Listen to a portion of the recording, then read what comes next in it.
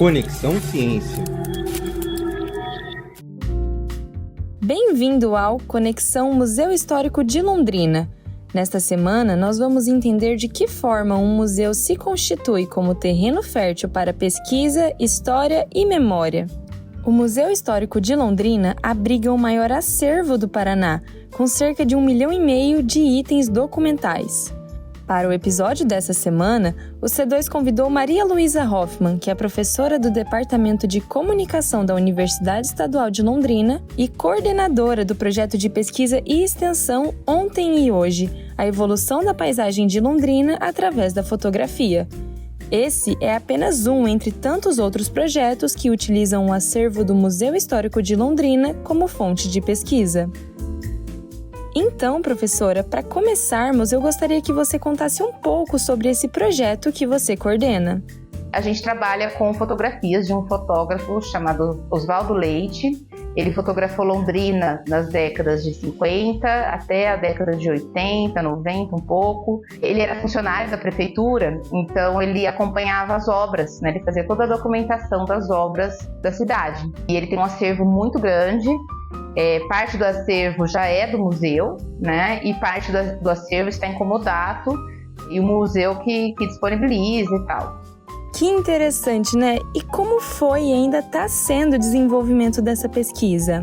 Então, o primeiro momento foi um levantamento de fotos, um estudo dessas fotos, a localização dessas fotos na cidade de Londrina, para ver se realmente a gente poderia refazê-las. No segundo momento do projeto, os alunos, então, a gente dividiu os alunos em grupos, os estudantes do projeto em grupos, e cada grupo foi refazer algumas imagens e enquanto, quando eles foram para a rua para refazer, a gente também descobriu que algumas fotos não poderiam ser refeitas, ou porque naquele mesmo local tinha uma construção, ou porque o ângulo a gente não conseguiria repetir.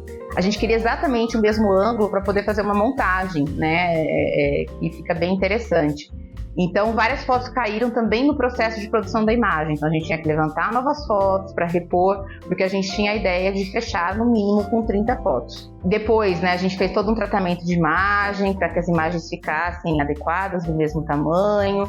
Fizemos uma localização no mapa, para que a gente pudesse apresentar isso para o público. E assim, a princípio, a ideia era fazer uma exposição com fotos reveladas, uma exposição em alguns ambientes aqui da universidade, fora da universidade também, só que, por conta de verbas e do custo que tem essa revelação e os materiais de exposição, a gente optou por fazer um site, e até para aumentar o alcance também do resultado do projeto. E o site está ficando muito legal, cada hora a gente tem uma ideia diferente. A gente tem um professor que está trabalhando com a gente, da computação, que é o professor Fábio Sakurai.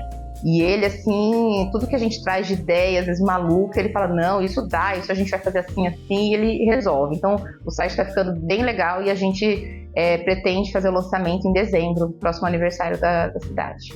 Que legal, né, professora? Assim, no seu projeto, a gente percebe que os alunos tiveram participação ativa em todo o processo de pesquisa e produção. Como você avalia essa experiência para eles? Então, a gente começou fazendo uma análise das fotografias e nesse primeiro momento eu senti que os alunos tinham uma dificuldade, de entender algumas questões, principalmente de técnica e tal. Então a gente trouxe um professor colaborador, que é o professor Paulo Boni, que na verdade, de certa forma, esse projeto é uma continuação dos trabalhos dele aqui na universidade, que são trabalhos muito importantes. E ele ajudou a gente a repensar, a identificar o local, pensar como que essa foto foi feita. E assim, os alunos tiveram um trabalho no sentido de identificar as técnicas e os equipamentos, porque o equipamento é diferente do equipamento do fotógrafo. Mas às vezes eles faziam uma foto e a gente falava, não, essa foto não foi feita com essa lente, foi feita com uma grande angular, porque tem essa característica, então eles tinham que refazer pensando nisso. Então, assim, foi um aprendizado bem legal nesse sentido, deles terem que pensar, como o equipamento, a lente, os efeitos que eles utilizam ali, as seleções que eles fazem ali na câmera de forma manual, vão resultar na imagem, que é ou não parecida, com a do fotógrafo, mesmo sendo do mesmo local. Realmente uma experiência enriquecedora para os estudantes. E professora, qual a importância do museu disponibilizar seus acervos para a produção de conhecimento? Eu utilizei o acervo do museu em todos os meus estudos, no mestrado, no doutorado e sigo utilizando aqui na universidade. Então, assim, é de extrema importância, porque não é só... eles não têm só o acervo fotográfico, né? Além da fotografia, da informação, eu lembro que para o meu mestrado eu ouvi vários depoimentos orais de pessoas que estavam nas fotografias. Então, para entender com quem eram aquelas pessoas, identificar o lugar, as pessoas. Então, assim, é um acervo muito completo, né? Durante esse projeto, durante o meu mestrado e o doutorado, eu conseguia ir lá até o museu, né? Eu trabalhei muito com a Célia no museu, que foi muito solícita, então solicitei as fotos e ficou muito bacana o trabalho. Mas agora, no projeto, quando a gente começou o projeto, a gente descobriu que o museu entraria numa reforma e que a gente não poderia ir até lá. E eu vi que os alunos, eles tinham essa vontade, né? De ir lá, ver os negativos de vidro, enfim.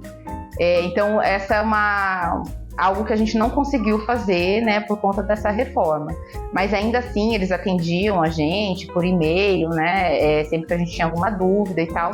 E existe hoje um sistema, né, unificado, uma espécie de repositório, né, de museus do Paraná, e que você consegue acessar as informações e tal. Na minha opinião, ele ainda precisa ser melhorado, porque assim, eu fazia algumas buscas pelo nome, Oswaldo Leite, não apareciam todas as fotografias dele, né? Quando eu fazia uma busca pelo nome da foto, às vezes eu encontrava e pelo fotógrafo não. Então eu acho que tem algumas questões ali que precisam ser melhoradas, mas só disso estar mais acessível, né, já é muito legal. Então fica aí uma dica, né, para futuros pesquisadores, porque é algo que está disponível online. E assim, são vários acervos, não é só o acervo do museu. Com certeza, ainda que existam desafios, é fundamental que esses acervos se tornem cada vez mais acessíveis. E não apenas para os pesquisadores, claro, mas também para a população em geral. Professora, seu projeto está ativo há pouco mais de 1 ano. Nesse tempo, qual experiência mais marcou você? Eu gosto muito quando eu vejo o encantamento dos alunos pelo que eles estão fazendo. Então, quando a gente pegou, né? A gente já estava escolhendo as fotos, e a gente chegou um dia e pôs um mapa na mesa e começou a marcar o mapa, onde é o que ele sabe, deu uma sensação assim de, agora eu estou dominando o assunto, eu estou, né, adentrando no mundo novo, e eu senti que eles tiveram essa sensação. E isso é muito legal, isso é muito mágico para pegar os alunos, para que eles entendam pesquisa, eles entendam a extensão e que eles se envolvam com isso, né? Porque a gente faz muito mais bem feito quando a gente tem a emoção envolvida, né? Então, quando eu percebi que eu consegui pegá-los na emoção, assim, foi muito bacana, porque eles realmente se dedicaram muito, assim, e isso só acontece quando a pessoa gosta do que está fazendo. Sem dúvida, a paixão pelo tema é mesmo um combustível que move a pesquisa. Bom, professora, para a gente encerrar, eu gostaria que você explicasse a importância de conhecer o passado para então compreender o presente e construir o futuro. Para a gente poder, isso até é uma fala do professor Boni que ecoa muito assim, né, na minha cabeça quando eu estou trabalhando com história e memória. Para a gente projetar e pensar o futuro, a gente tem que entender o passado.